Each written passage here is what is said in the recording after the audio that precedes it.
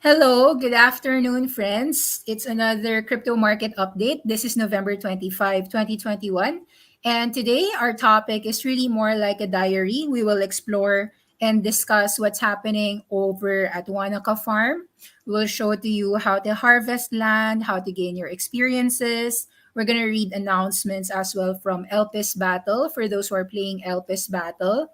And we're also going to try to explore how to craft over in PvP for those who are playing Plants vs Undead for the rank season on the PvP game.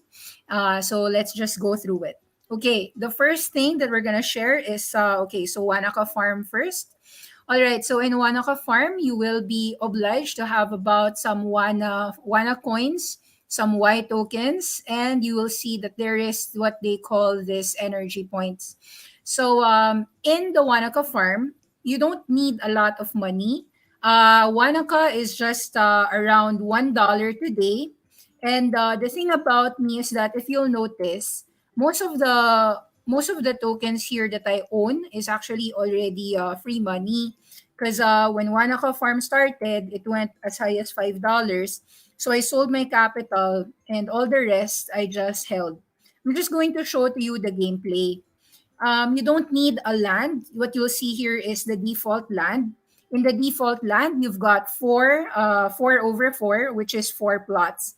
This is what we call the apple tree, and it's very simple. The difference, though, is that it has hours. So you'll see that after I planted, I'm gonna wait another 11 hours before I can plant again.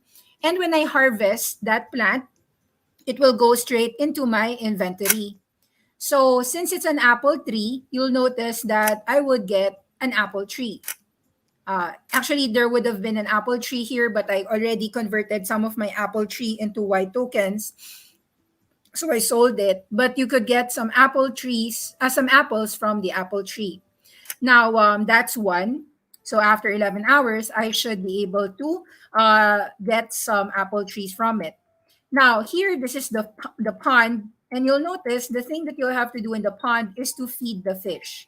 There is a koi fish here, that fish, and you'll notice I already fed that fish, and it says here 17 hours, 11 minutes for the next feeding time. So typically, what I do is I just go to it every once in a day. I actually don't I'm not that efficient with Wanaka Farm.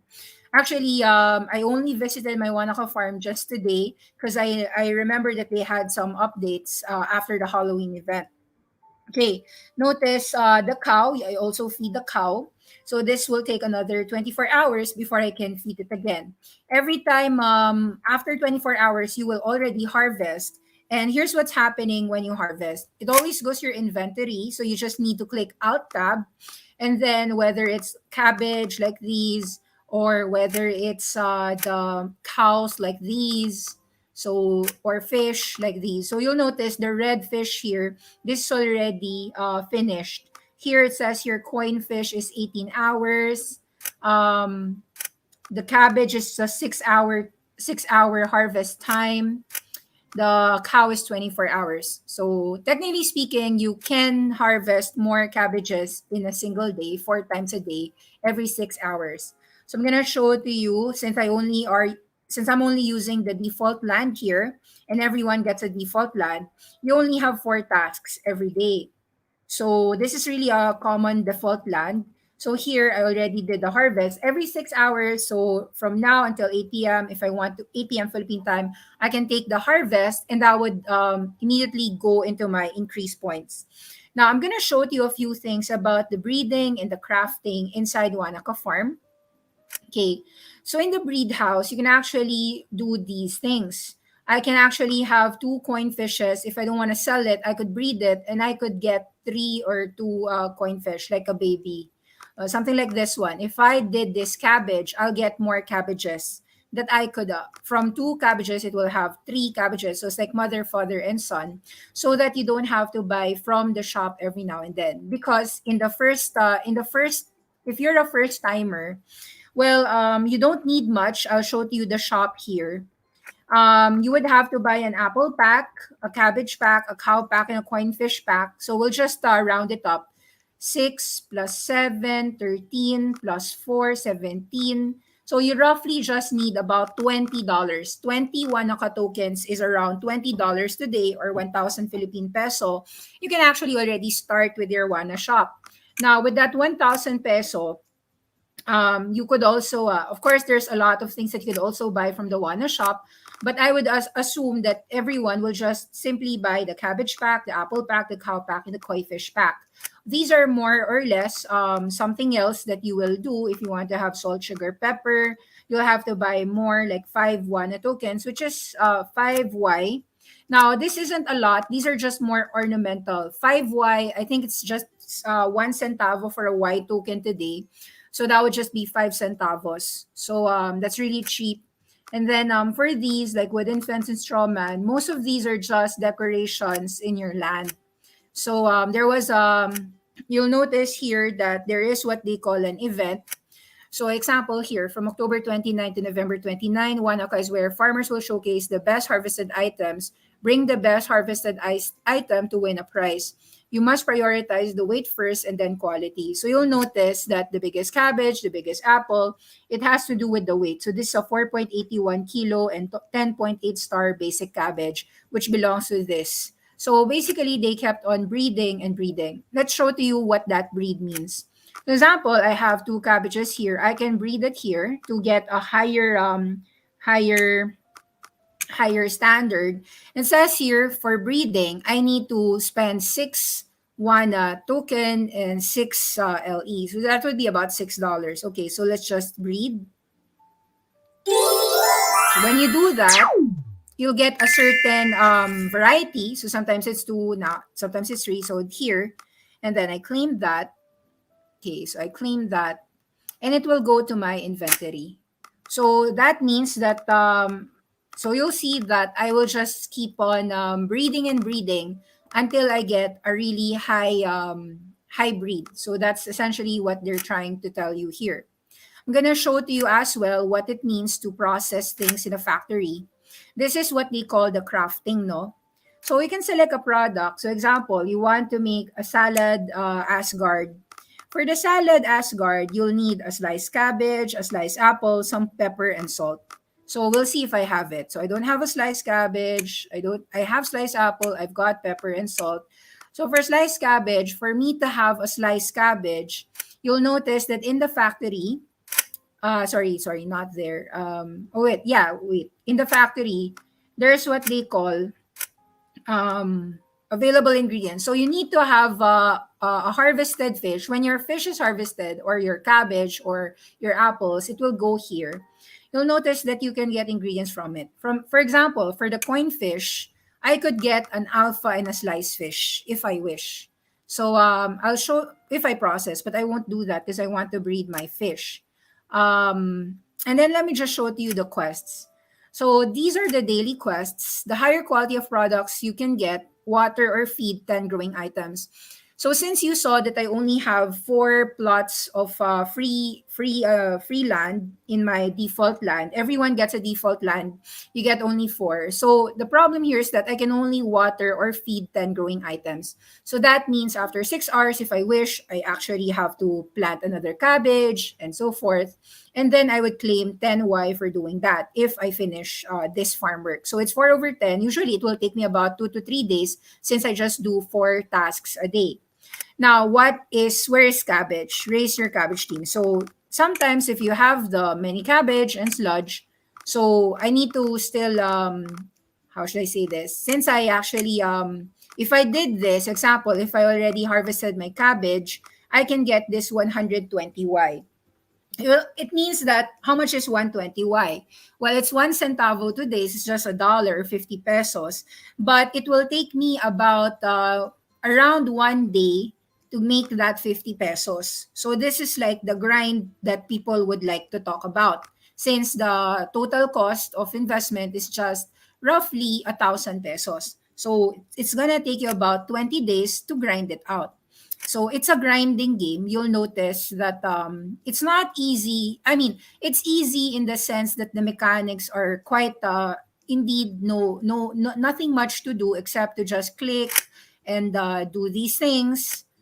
So when a child wants to do this, example, soul chess, this happened during the Halloween, by the way.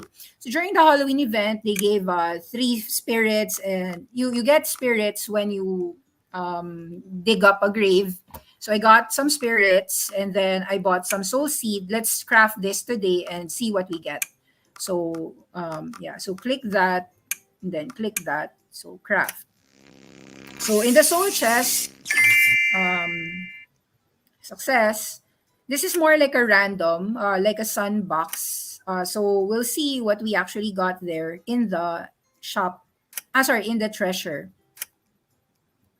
So it will appear here in the treasure. Treasure. Open. Let's open what we got. What did we get? Oh, we got an apple tree. That's nice. So yeah, so what we will do there is that after about a day, that apple tree I got is gonna be harvested. So I need to plant another apple, right? So that would be good. It's gonna be very useful for this farm. So yun. During the Halloween event, I actually got some ornaments like this, which is cauldron. I don't know yet what to do with these ornaments, to be honest. So I just let it be. And then I got this mailbox during the Halloween event. I still also don't know what to do with it. In fact, during the Halloween event, you can notice in my inventory, I've got quite a lot of Halloween decorations like a straw man, a pumpkin lamp, pumpkin man, which is cauldron, mailbox direction sign. I don't know what to do with it so far, so I'll just let it be. These are some of my ingredients that I've also been getting during the Halloween event. And then these are the things that you could craft. So I did craft a salad Asgard. So let's just read through the description. The salad Asgard will restore 30 energy if you need. Loki's clumsy metaphor for Asgard's destruction using Mobius salad is a tasty side dish. Crunchy homemade croutons, tangy Italian dressing. Just keep pushing the Hulk or setting fires. I really just tested all these crafts. Then the banner says that it would improve the quality of growing items. So you can use it if you wish. So I guess it's more like 4-hour breeding. The sludge is to keep the soil moist to grow vegetables. And this is a feed for fishes to have a better breed for your fish. So yun. So I could actually feed my fish and feed my apples. Or cabbages with better breeds through these things like the banner, sludge, and earthworms. Yun. That's the Wanaka farm in gist. It's like that. I'm gonna show to you a few things, guys. Here, wait up. So this is the Wiki Wanaka farm. Some people actually have a common land. So not everyone has a land, but they say that in Wanaka farm, there are different lands. So there's the basic land, there's the forest, the sea, the lake. They've already released 15,000 lands for the basic land. And they said that you should own at least one land. But if you wish to just participate and make profits, the default land function is more limited than owning a land. Let's just go through the reasons here why they say that you want to buy a land. If you want to play this game to the fullest potential, you should buy at least one land. Land would sold are about $180 for each one. I got mine for about $150, I think. But you can actually buy land in Babylon farms. Yeah, here now you can buy the land on Wanaka's second marketplace. Yeah, I got it 51 na at that time, and because Wana was about $3 during that time, in my head I could either sell my Wana at 3 or just buy the land. And since I was whitelisted, I simply bought the land. So now you can buy lands on Wana's secondary marketplace, either here in babylons.io or marketplace.wanakafarm.com. If you want to know these introductions, just go through wiki.wanakafarm.com/lands. So yun. Now, after buying a land box, you will have to unpack it to know the rarity of your land. My land is just common. So let's just go through these. If you've got a common land, there's a 62% of the people who actually bought the land actually got a common land. So there are six types: the common, uncommon, the rare, the legendary, the mythical, and the immortal. The common land will not decrease the harvest time. It will also not increase the mutation rate. Also, it says here, there will be seasons. What makes a land unique is the lake on that land. There will be a land with two lakes, a land with a large lake, and a land with only a small lake. Now, it says here, upgrading the land will not change the rarity. Leveling up for the land will only increase the number of farming slots and unlocks new items for farming.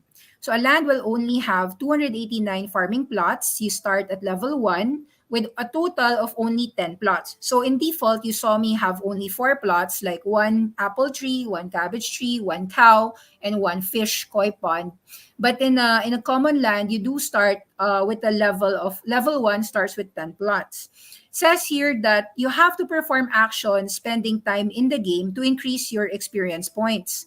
If you do reach a specific experience level, you can now burn some Y coins to upgrade your land's level. So technically, since Y is just 1 centavo, it won't cost much to upgrade it. So it's more like just gas fees. Some items or WANA tokens may also be required at certain specific levels. I believe that at level 10, 20, 30, 40, 50, that's the only time that you will need some WANA coins. So the Y, you do get this every time you just do your daily quests. So we will update specific details of how many Y should be burned for each level. Now, maximum level will be unlocked by stages before each level. There's 10, 20, 30, 40, 50.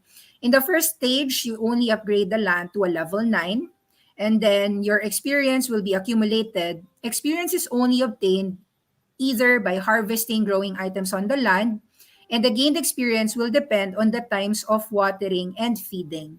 So essentially, what you saw me a while ago do is if I spend about 4 days or 5 days or at least a week, I would have the experience points already to be able to to have the experience required to upgrade a land. So they want you to actually upgrade your land, upgrade your breeds, and so forth. Okay, there is no free to play in Wanaka Farm. You still have to invest some WANA in order to open just 4 plots on the default land. This is what you saw me showcase a while ago. That would be the field, the planting, the pond, and the farm. Each land today would cost $20 in WANA token to open. And after that, like many other farms, you'll have to invest to buy seeds and stuff, which are all available in WANA shop. Yeah. So far, the default land cannot be upgraded, but we will have full seasons on default land. So I'm gonna show to you again what that looks like. Here in Wanaka Farm, you've got the map. It just so happens that I do have a common land. But since I just played it today, you'll see that this common land, in order to upgrade, I need to have 240 required experience, which means that I need to harvest first my apple tree, my coin fish, and so forth. So I guess I'll need a few days to get the required experience just so I can upgrade this level 1 to level 2, which will actually increase my total slots from 10 to 14 and so forth. And that's the only time that I could play in my common land. So obviously, the more total slots there are, the more harvest I can do and so forth. So that's part 1 of our discussion today, which is Wanaka. Now, let's also discuss some things happening within the PVU, the marketplace or the PVP. Okay, so there are several things that is concerning with the recent update. I'm gonna share to you a few things. So you'll notice everyone already is, of course, aware that PVU is like a dead game because there's no one playing and the tokens are all down, like 30 cents and so forth.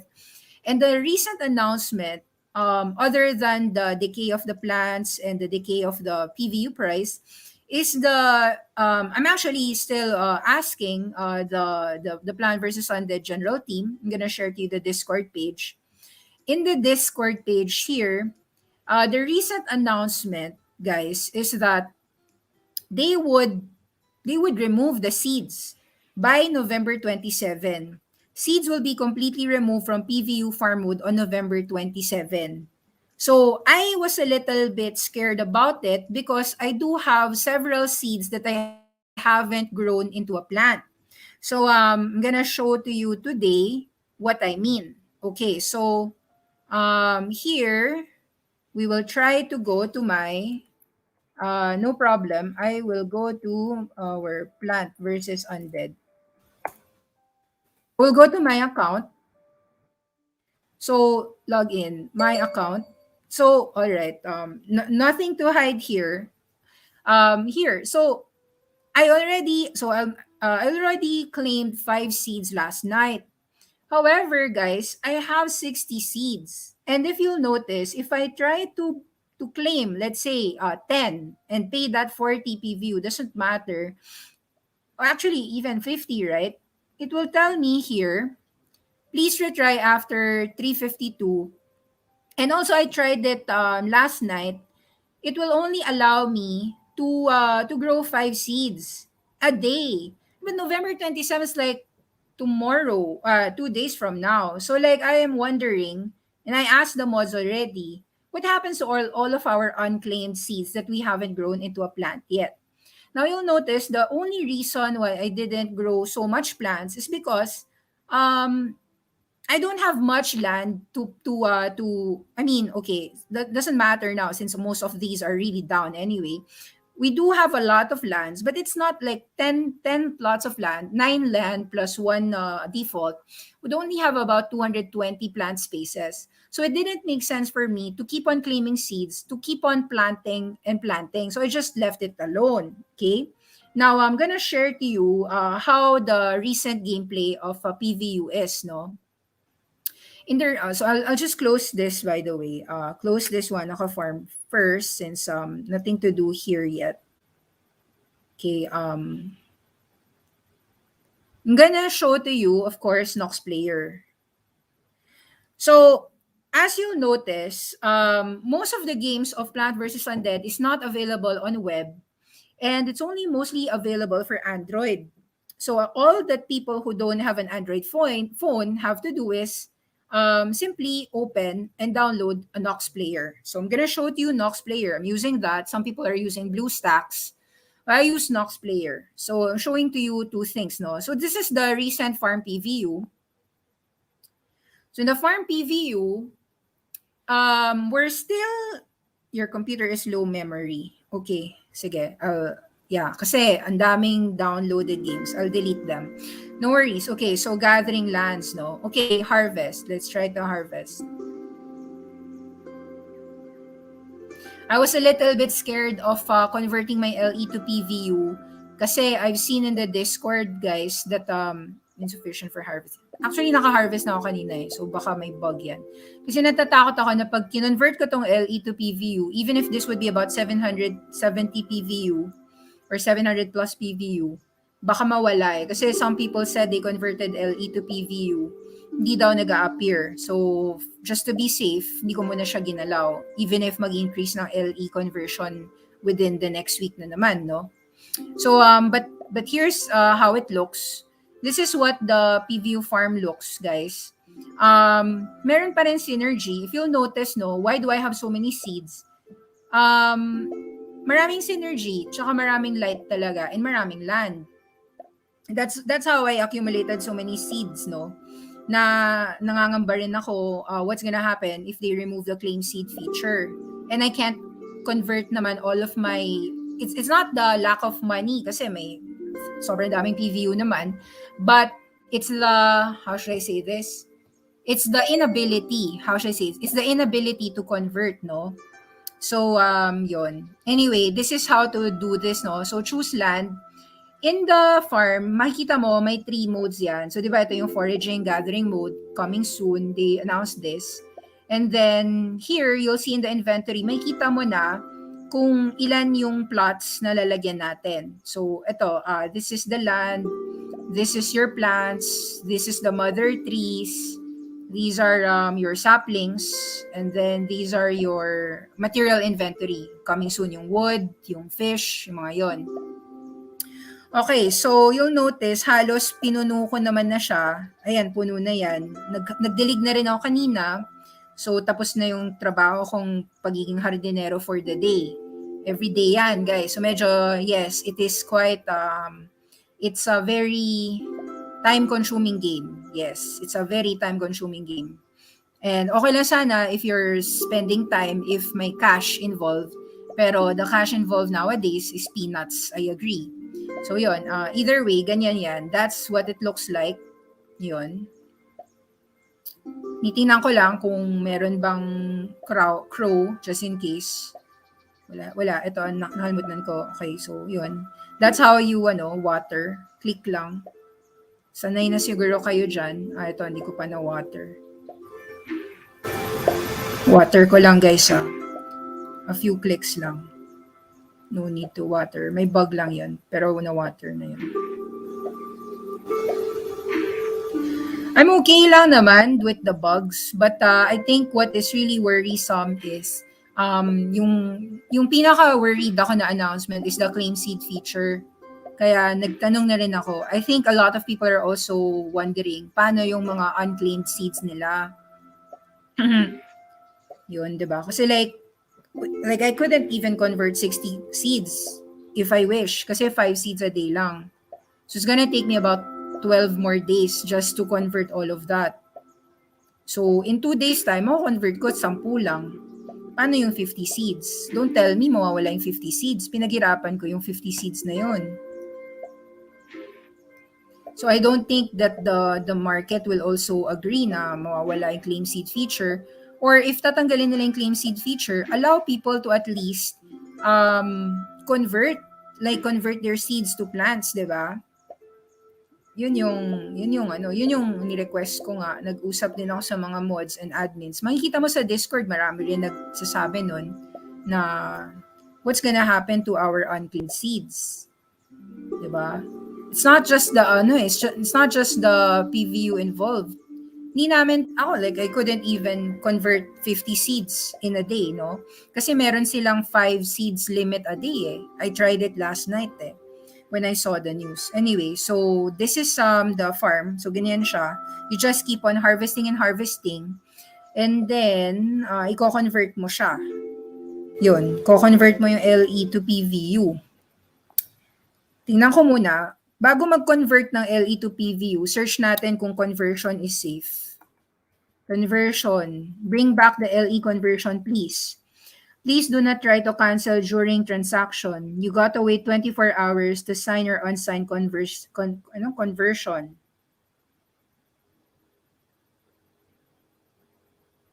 Mali comparison mo ng game. Sa Axie, may SLP sila na earn araw-araw. Yung PVU, you're only earning LE. Tapos, napakataas pa ng conversion and mababa pa yung value ng token. Okay, sige. So, parang hindi sila nakaka-convert. So, hindi na lang tayo magko-convert. Okay lang, next week na lang. Hintayin na lang natin. Let's go through the crafting naman. Let's go to the PVP. Let's teach you how to craft. Medyo mababa yung ranking ko, guys.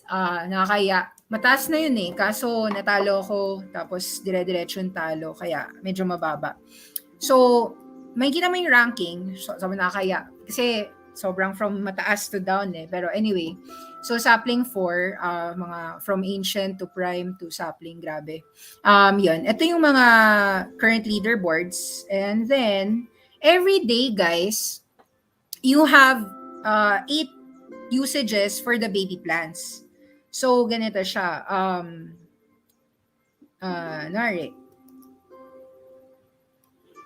Change plant, no? Lagi kong gamit dito is arcane and electro. So, if ever magka-craft, teka, so gawa tayo. X muna natin to. So, ngayon kasi guys, sa preview natin, naubos ko na yung baby na guard and baby arcane. Gamit ko na tapos na, ubos na.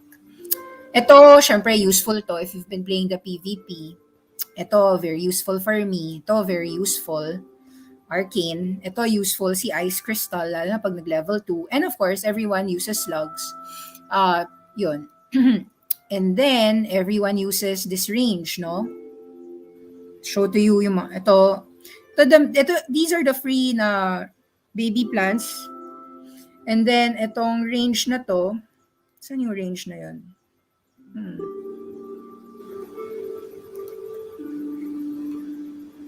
Electro range yun eh.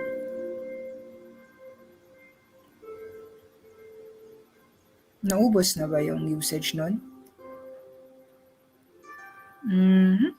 Mukhang ubos na yung usage. Yun yung parang spinner plant. Bakit nandito pa siya sa, sa set? Teka, set 1, set 2. Wala na. Wala na. Yeah. Ito, this one. This one is what I was talking about. This one. Ito, malakas talaga to.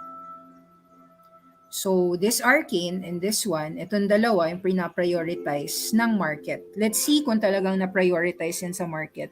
Kasi if you're playing, yan yung pinaka-malulupit natin sa marketplace fact.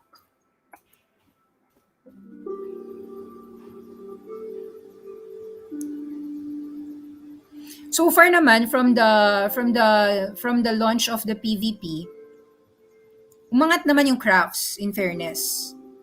So so yung crafts yan, sobrang dami kong crafts. Mura na ngayon to convert your FPVU, yung craft. Pwede na tayo mag-craft from 20 crafts or 30 crafts. Pwede tayo gumawa ng isang matinding plant with just one FPVU. And then, makikita mo sa marketplace, what could you do with the crafts you earn? You can also sell it. So, tingnan natin yung latest. So, nasa mga 0.15 na siya, which means that tumataas ng konti. Kasi like last few days, mga 0.06 yan eh. So, sa tingin ko, there will come a time na tataas talaga yung value ng craft. That's why, hindi rin ako nagbebenta ng craft. Either i-convert ko na lang yung craft to a plant, or so ganon, or ibenta ko yung plant eventually, 'di ba? So or gamitin ko sa game. Pwede ko rin naman i-convert lang into a plant. Tingnan natin yung plants kung tumaas ng konti. Let's see the latest. Pero feel ko yung plants mura pa rin. Tumaas ng konti. Yes. Medyo malakas nga tong slug na to. This is a healer. This is pwede na rin to. This is a level 3. Medyo malakas to pag nag-level 3 as an attacker. This is a healer. Nakita ko sa lahat ng opponents ko, ginagamit nila mga healers. Important tong mga healers na to. Yeah. And ito, healer to. Important din to. Si Holy Light. Ito, more of an AOE, area of effect to. So, medyo nasa mga, sobrang mura naman ito. Kasi usage 7. So, titingnan mo rin yung usage. Kasi, syempre, kukunin mo mga 100. Bakit ito? Usage 7 lang. So, syempre, mahirap hindi ka nagagamit niyan. Ilang uses lang.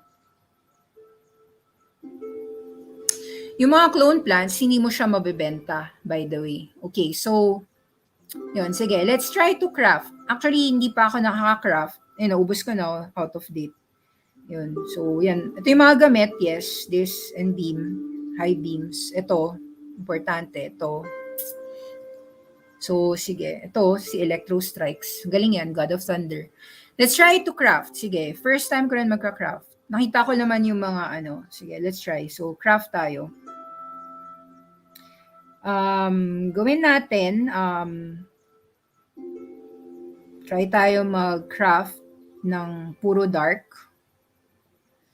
4,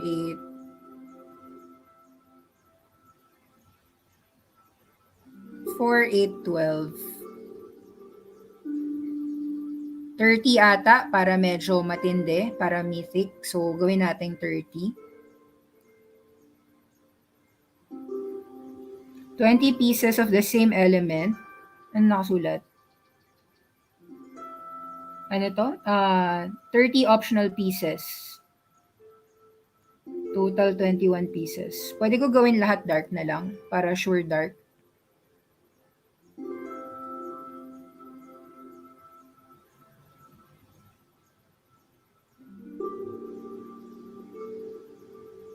Tama ba? So 30. Tama na to.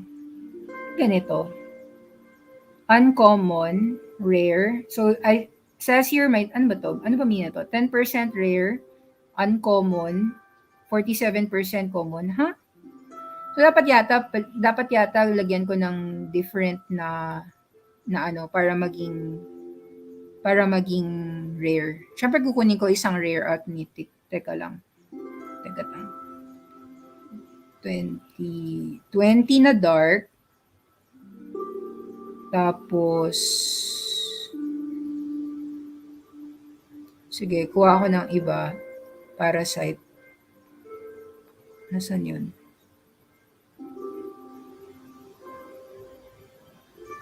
Sobrang daming dark. Wait lang ah.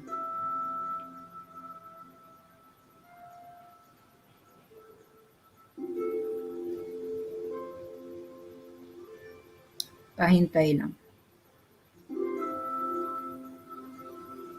Wala, more like diary lang to. How the game is made, how to play, how to craft, mga blah blah. 60% common, 29% uncommon, 10% rare. Pag nilagyan ko ng ganito, tataas ba yung ability ko to get a rare? Bakit parang hindi naman tumataas yung, ano to, 1% mythic? Anong point na mag-spend ako ng 30? Total, 30 pieces. So, 20 na dark, 10 electro. Okay. Okay, tapos, pay 1 FPVU. Na natin.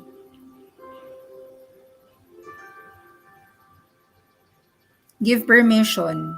Confirm.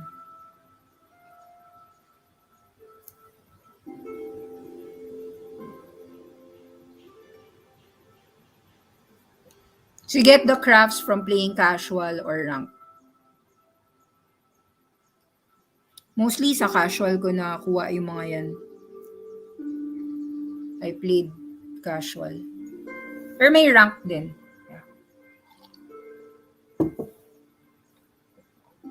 So ano to? Natagal ata. Hintay lang. La la la la la. Ikot, ikot, ikot. What did I get? What's this? This is a rare. A rare. What's this? Mother tree ba to? Arcane. I got a dark mother tree. Dark rare. 11,090 claim. Okay. Tingnan natin kung mabibenta natin to for something. Magkano kaya to ngayon sa marketplace? Pag hindi naman kasi siya mahal, i-hold ko na lang. Teka, marketplace, mother tree, rare, dark, latest. Ito may nagbebenta 6 FPVU. Ito may nagbebenta ng 40, 8, 7. So, siguro nasa mga 10 FPVUs. Wala rin, medyo parang walang kwenta rin yung mga presyohan ngayon, di ba? Like, magkano yun? Parang, ano ba to? Kano ba siya? 30 cents na lang ba ang FPVU?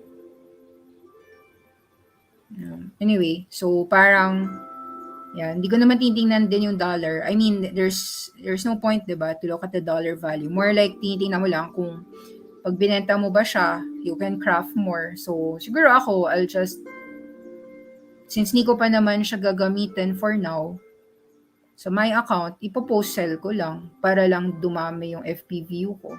Teka lang ah. And then I'll craft. Magka-craft ako ng more plants para dumami yung FPVU ko. Nilagay ko lang kasi dito guys, mga $10 lang. Kasi syempre, I agree, why would you put money, diba? So, yun. Pwede ko rin i-convert yung mga PVU to FPVU, pero hindi ko pa kino-convert. Iniwan ko lang dun. So, teka, anong gagawin ko rito? Sige, post sell natin yung plant na yon. So, for sale, hindi. So, hanapin natin yun. Rare, dark. Teka, all available. Nasa mother tree siya. Nandito siya. Mother tree. So, naging nandito yon. May kita ko yung dapat dito. Saan yun? To. Ito yung usage 100.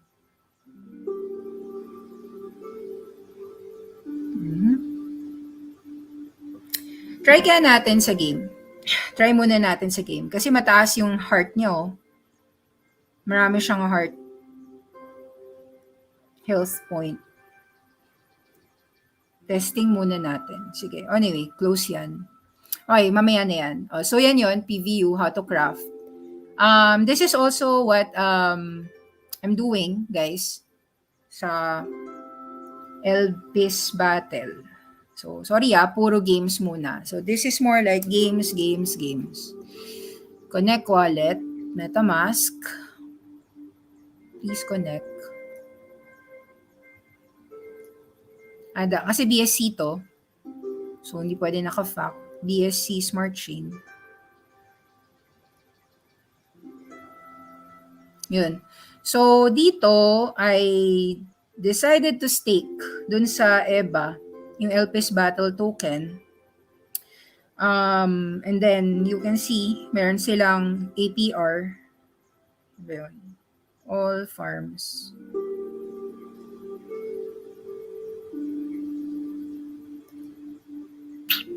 Kyber to, dmm.exchange. Nasa announcements page to ng LPIS Battle. Wait lang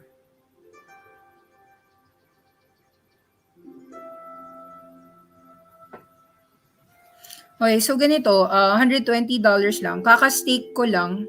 So, I followed lang the rules, yung mga staking. So, you add liquidity, yun, 500% APR. So, technically speaking, pag 500% APR, it means every week dapat kumikita ka ng 10%. So, if may $100 ka, dapat kumikita ka every week ng $10 worth of these tokens, Kyber and EBA. So, I think this staking is gonna run only for 8 weeks. So, take advantage. Hindi naman yan kasi forever. So, that means 8 weeks, you can theoretically make $80. Kung may $100 ka, $80. So, you can think about this. Usually, nagsistake ako para yung token ko free na, para free money na. For LPIS Battle, ito siya. You can see that it's a tactical turn-based role-playing game built on Binance Smart Chain. May marketplace din yan. Marketplace fee is 0% until the game release. Ito siya. So, meron ng heroes yan, elpis.game. Ito yung marketplace. Some people are already selling their common plant. Yung commons nagsisell ng 0.12. Mas mura yon kasi ang minting was 0.16. Although, syempre, assuming the BNB, kasi umaangat din naman yung BNB. So, I have a few. I have some commons. Nagmint ako I have some commons, some rare, super rare. Ito sila. This is it's like a player versus player game, PvP game. How much is a rare? Super rare right now is 0.4. So, may 0.4, may 0.8. Pero the lowest price of super rare is nasa 0.4. So, since may dalawang super rare, 0.4 plus 0.4, 0.8. So, technically speaking, yung heroes naman, sa pag-mint, bawi na. Kasi 2 super rare is equivalent to around 7 commons nowadays. So, pwede ko siya ibenta, yung super rare, kung gusto ko, tapos take the cash out para wala nang capital. Usually what I do is, sa lahat ng games, if I could exit my capital, ASAP, exit ka agad. So, pwedeng ganon. Like, you can sell some heroes para kahit puro common lang laruin mo, you can do it naman. If you'll notice dun sa crafts, some of the crafts that I have, baby plants lang din yun before until they changed the rules. Kaya sobrang, the good thing about the PVU is buti marami akong na-craft. Before nila palitan yung rules. Let me check the question. What does this have to do with crypto? Lahat ng games kasi na yon, play to earn crypto yon. So all of those games allow you to earn tokens. So more like just a balance. Oh, sorry, no English captions, no. Yeah, I'll try to give English captions. Can you suggest best crypto for buying? So that was just mostly a discussion on games. How the Wanaka farm was, how the PVU game was, the farm, and how the Elpis battle is. These are some of the games. Let me show to you some of the game tokens nowadays that are really hitting the super moves. I think like everyone is aware that Puro Metaverse tokens have been running up like massively, not just in stocks, but actually mostly in crypto. So for NVIDIA and Roblox, I think that if you still want to buy, just gonna answer the question because somebody's asking what stock should I buy? What's the entry to NVIDIA and Roblox? Yeah, those are metaverse plays.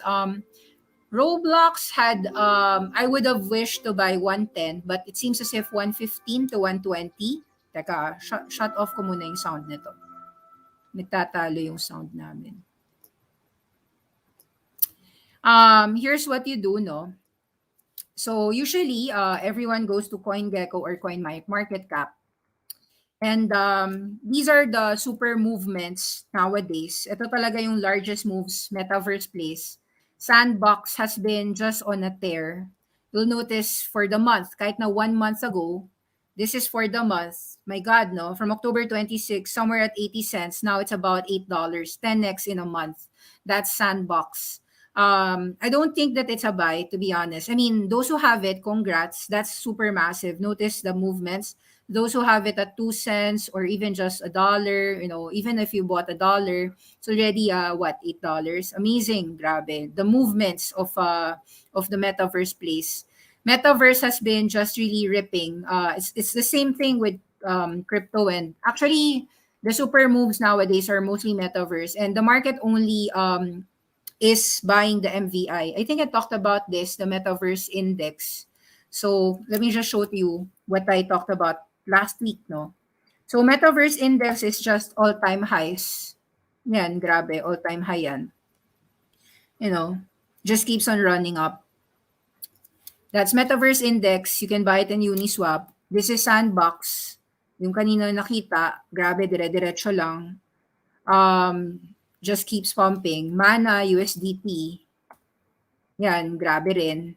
Dire-diretso lang since the Metaverse Zuckerberg announcement. These are all just happening in one single month from about 0.8 to $5 for Mana. So, yan yung mga kalaban ni Roblox in the US, no? So, this Roblox, you'll see up in a way. But the magnitude of rally in stocks is not super duper up. Like, mataas, yes. From about $80 after a gap up on earnings, dire-diretso yan. I do believe Roblox is gonna continue higher. So, people just continues to buy. Lahat yan, puro buy lang on any dips. We bought at 75. We bought the call options, 78.